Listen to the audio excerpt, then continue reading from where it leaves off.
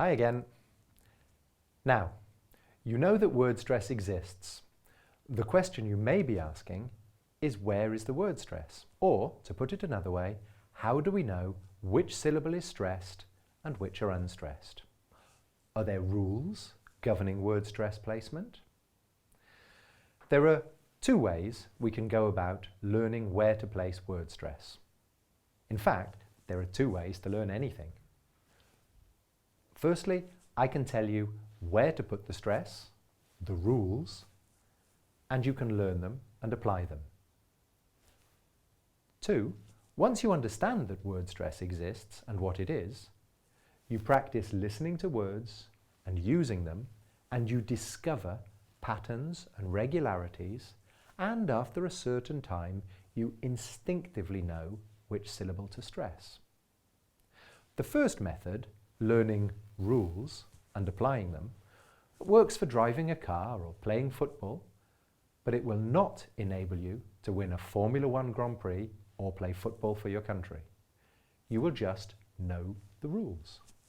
And anyway, language is much more complex than football or driving. It is perhaps the most complex human behaviour. The problem is, for you French speakers, French does not have word stress. Okay, sometimes the last syllable may be a bit longer, but even that sounds a little old-fashioned in today's French. Messieurs et mesdames les citoyens de la France. In Italian, it's always the penultimate or the antepenultimate syllable, da-da-da-da or da-da-da-da-da. In Spanish, it's always the last syllable or the penultimate syllable, or if the syllable finishes with an n or a s. And if the word stress is irregular, Spanish helpfully use a written accent to show you which syllable to stress. Easy. Unfortunately, English isn't that easy. Remember in the first video, English is French spoken badly.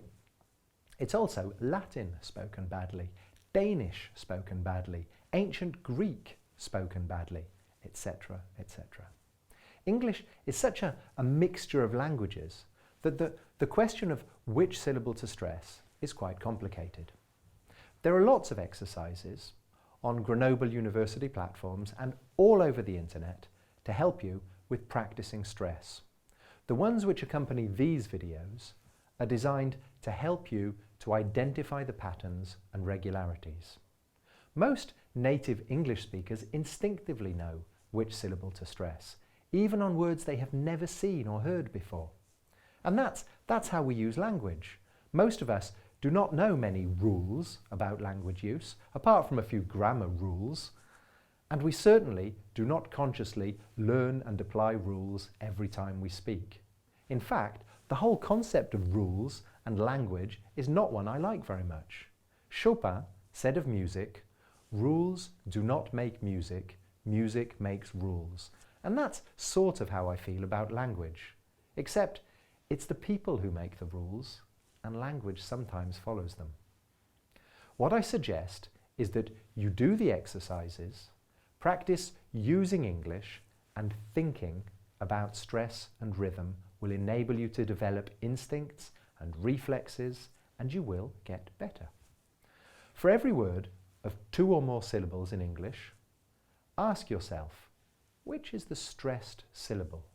And when you write a word in a vocabulary list, and yes, you should all be keeping vocabulary lists, always, always, always underline the stressed syllable.